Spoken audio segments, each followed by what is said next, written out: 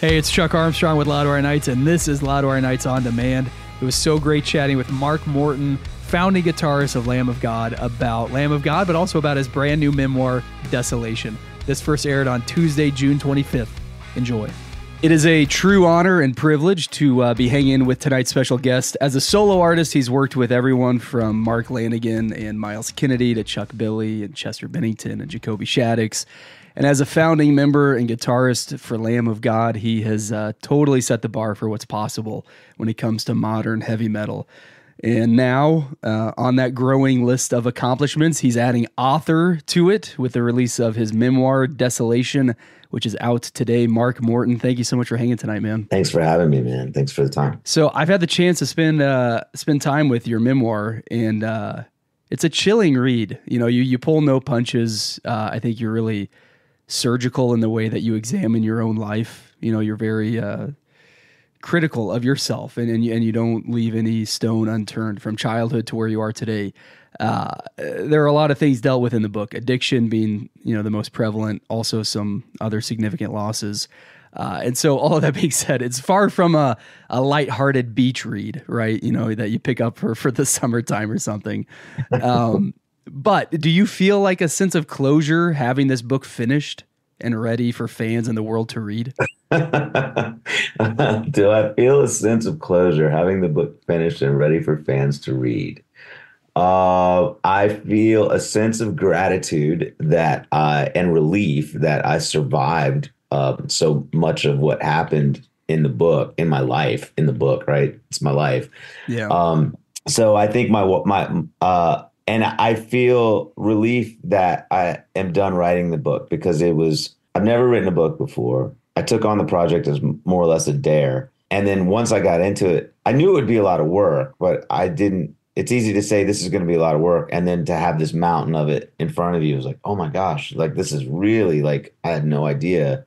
This was so time consuming. And, writing a memoir, you're uncovering a lot of stuff that I lived through and I'm in touch with, but you're really kind of digging into it. And as you alluded to, I do in the book. It's not all doom and gloom and tears. There's a lot of funny stuff in there too. For sure. So some of it was really fun to write about. Some of it I really had a good time writing and was laughing as I was writing it. And then some of it was, heavy. I think the part of your question that really I don't know how to answer is ready for people to read, because it's a weird experience. It's one thing to put all this stuff down into a book because I've lived it. I'm familiar with this stuff. It's my story. It's my story, right? So I'm in touch with it. It wasn't particularly cathartic for me or therapeutic because it's just my story. It's my life. I live with this stuff. It's just who I am and what I've done. But opening that up to other people, and I'm cool with that. The feedback part, when people are like, well, this is one thing, this is another thing, it's like, yeah. I don't know necessarily yet how to navigate getting feedback on what is essentially my life. That part I'm not sure about. I'm okay. You have that sense of vulnerability built in when you do something like release a memoir. You're opening yourself up to that. It's just whether, it's just to what degree do you choose to engage that or, sure. Give it gravity, I'll ask how you're feeling like 6 months from now. Maybe that'll be. I may just not read the reviews. I'm not sure yet. So, you talk about the mountain of work that it took to write this. So we had Serge Tankian of System of a Down on recently, who just released his first memoir on the same publisher, actually, as Desolation. And he told us very clearly it was harder to write and release that book than, record and release a record. Do you connect with that? Do you feel similar? Well, I do. I think for me, it was more difficult because it's out of my comfort zone. So writing music, recording music, playing music, that's what I do. That's just part of my spirit, so that comes very naturally for me. It doesn't mean it's not work. I work very hard on music, but it's a work that I know the ins and outs of, and I feel very comfortable working there. It's a language that I speak sort of inherently. I barely read books. I can barely type. So just in a very practical sense, learning to write and the time it takes for me to get the thought down and then rethink the thought and make sure it's reading out, it's just very, very time consuming. So, in the way it's more difficult for me than making music is in a very practical sense. Yeah. Yeah. Yes. So I would agree. I would agree with Serge. It's more difficult, largely for me because music comes very naturally and writing a book does not come natural for me. Sure. Yeah. I mean, that makes sense, man. And, you talk about playing music kind of coming inherently to you. And you see that in the book, right? That music has long been something you've cared about, in one way or another, and playing in bands and all of that. And, for Lamb of God fans, this certainly is a great memoir because it tells so many stories and so many details about those early days and changing the name to Lamb of God and signing your first record deal and playing Madison Square Garden, opening for Metallica, all these different things. But more than anything, it is truly your story. And you said that it's your life. It's all put down. And now it sort of becomes my story and everyone else's story who reads it, which is kind of the crazy thing about putting out a book. But I'm curious, you said that you wrote this basically on a dare. And so I have to imagine there were many moments of hesitation, of doing this. But what was that moment? What was that moment for you where you're like, all right, I'm good. I'm going to do this. So my friend and co-author for the book, Ben Opapari, and I were friends before we started this project. And Ben is a writing professor. I wrote every word of the book, but Ben is a writing professor, a teacher, and a consultant for people who write. So he does that on his own anyway. So his job was to clean it up and make sure it reads like a book, which he did a phenomenal job of. But before we started the project, Ben, as I said, Ben and I are friends anyway. So we're down in the Outer Banks of North Carolina where he has a home and where I vacation pretty frequently. And we're sitting on his back deck and he's like, man, I think you got a book in you. I really do. You tell me these stories. I've known you for these years, and I've seen the transformation of what you've gone through, and I hear all this stuff that happened. Man, people would love to read this stuff. I was like, I can't say I haven't. I've never thought about it, but I've never thought about it seriously. And he's like, let's just write a sample chapter. Let's just send it around, see what kind of reaction we get. And I was like, I don't even know what that means. And he's like, I'll show you. You know what I mean? And so I wrote a submission, a sample chapter. Wasn't the first chapter, wasn't last chapter. It was a chapter in the middle of the book that tells a story. We submitted it. Which chapter was that, or what story was that? It changed a little bit, but it's the opium harvest chapter was the sample one that I wrote, and we submitted it and pretty much got an offer. Wow. And so then at that point, to answer to your question, was at that point now my manager's like, all right, well, we have an offer. It's yeah. Are we going to accept it? Are you going to write a book or not? And I was like, oh, because once you say, yeah, you're writing a book, man. And so that was that's great, moment. man. That was the moment. And it was really, I'll end that part with this. It really was very much like sort of my first solo record, the Anesthetic record. I just kind of did it to see if I could do it. Yeah. I just wanted to see if I could do it. And I didn't know if I could do it or not, but I was willing to see if I could do it. And I guess I did it. You did it, man. Yeah. Desolation out today, your heavy metal memoir.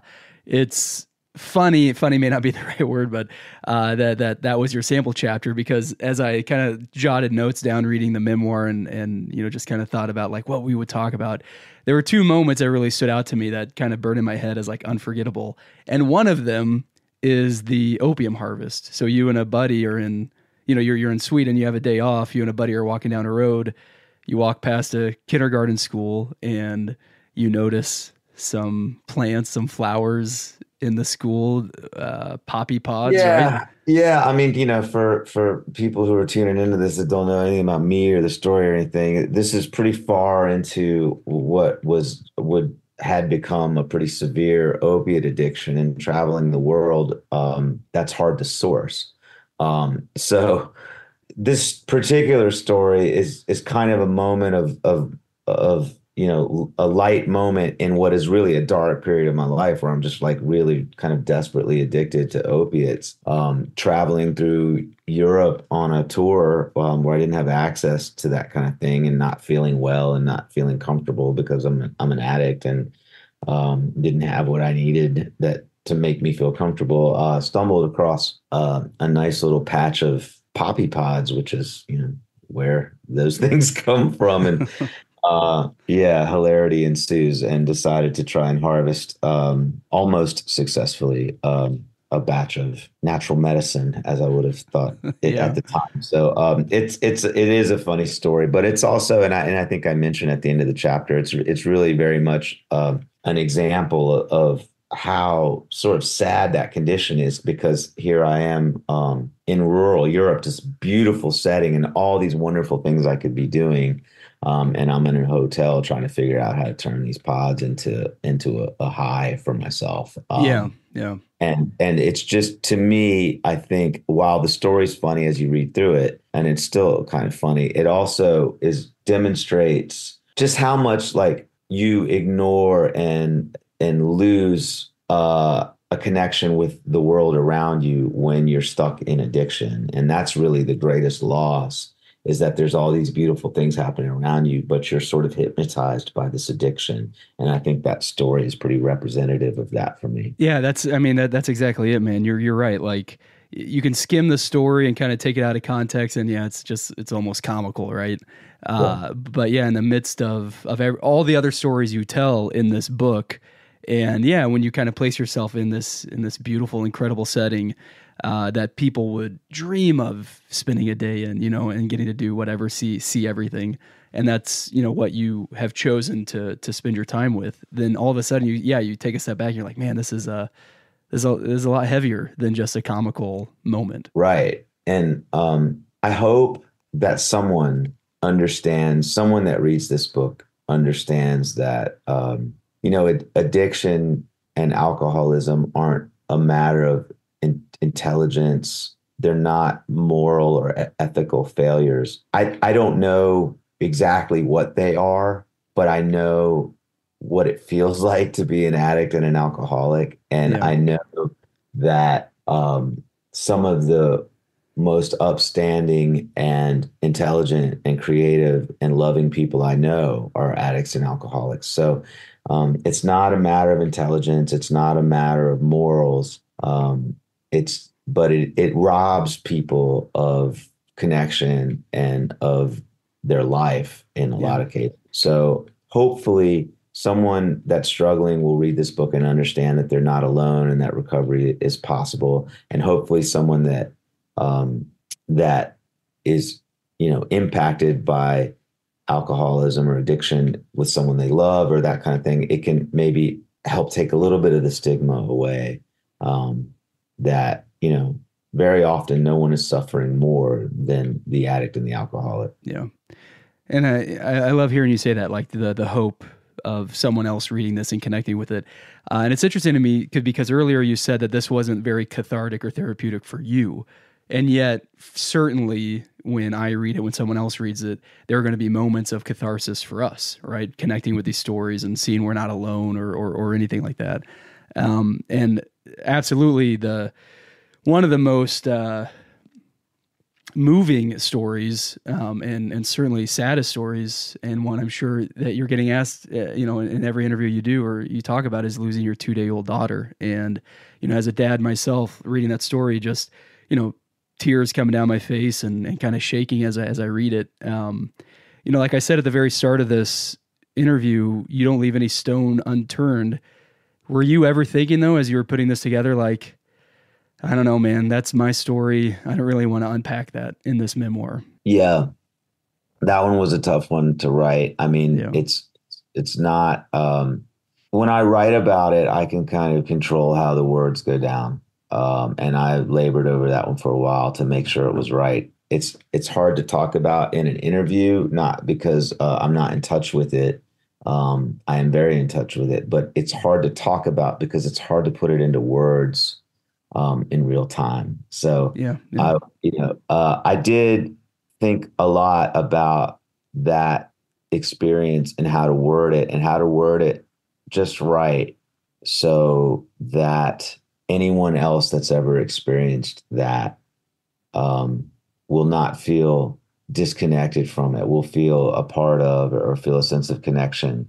and not see it misrepresented in any of the number of ways it could be misrepresented. So I did spend a Yeah. lot of time. No, and you can tell that, man. And there's a tremendous amount of care and respect in that story. And, just like you talking about addiction and whether someone reading it is the one dealing with addiction or they're connected to someone, a loved one, I felt that kind of connection with the story too, that whether you've experienced something like this, so many people have been connected to someone experiencing that. And so again, Yeah. like, man, you create this world of there are sad moments and dark moments and broken moments, but throughout the book, throughout your memoir, as heavy as some of these things get, and you say too, there are a lot of fun moments in the book too. It's never a hopeless book. It never feels hopeless. And even like in the depths of some of that pain, it seems like there's always some glimpse of hope. And granted, that's because you're writing it now, right? As a clean man, as a sober man, and in a different place in your life. I think that, thank God, like that where I am now informs all those stories in a way as I tell them, because had I told them at the time, I think they may have had a different, Sure. different tone.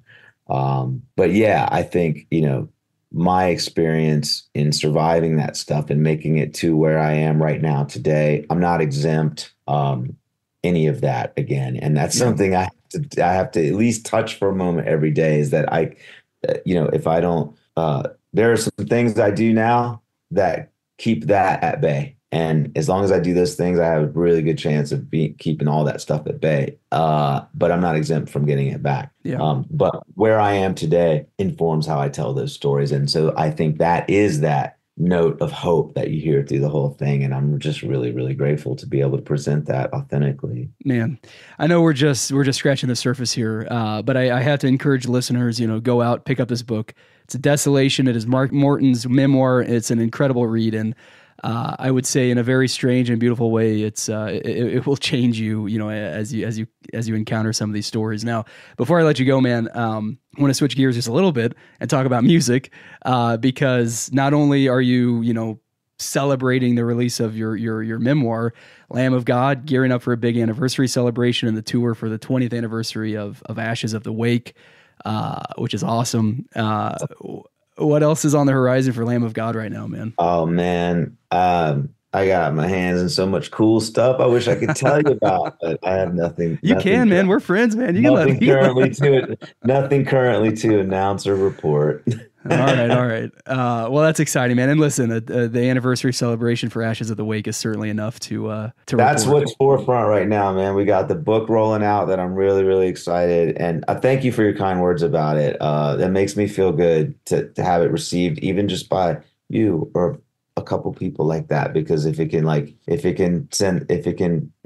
the bell like that, then man, I'm grateful to have been a part of it. And so the book's coming out, and then yeah, we got this really, really cool tour coming this summer to celebrate not only the 20th anniversary of Ashes of the Wake, but also Mastodon's Leviathan. Both those albums came out on the exact same day in 2004. It's amazing.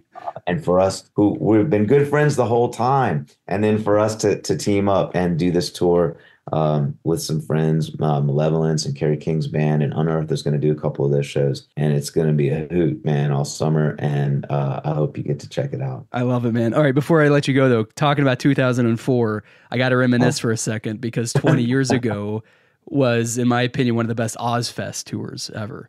You had Sabbath and Slayer and Priest on the main stage. You had Slipknot, Hatebreed, and Lamb of God on the second stage. And I remember me and my buddies getting to the amphitheater before the gates open, rushing to the second stage, front row the entire day.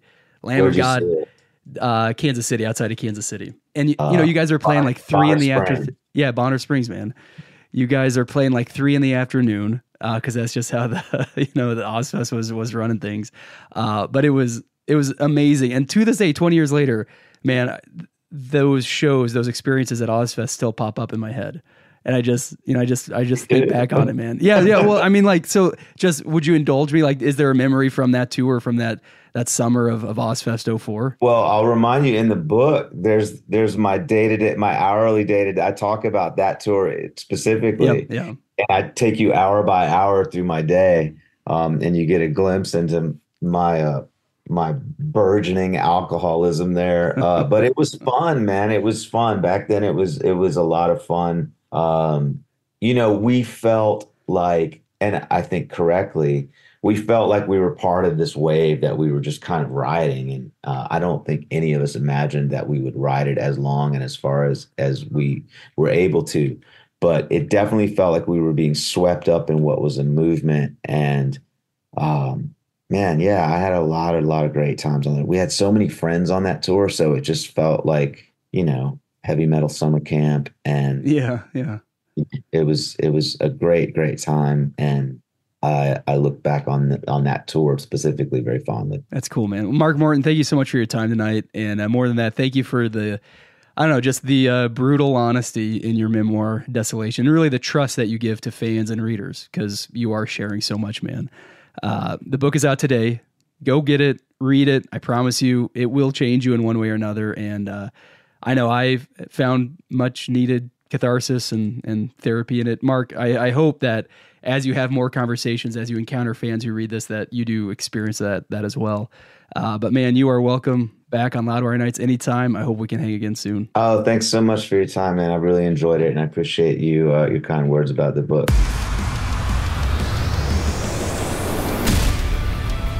That wraps up this episode of Loudwire Nights on Demand. Stay caught up with everything happening in the world of rock and metal on the Loudwire app and at loudwire.com.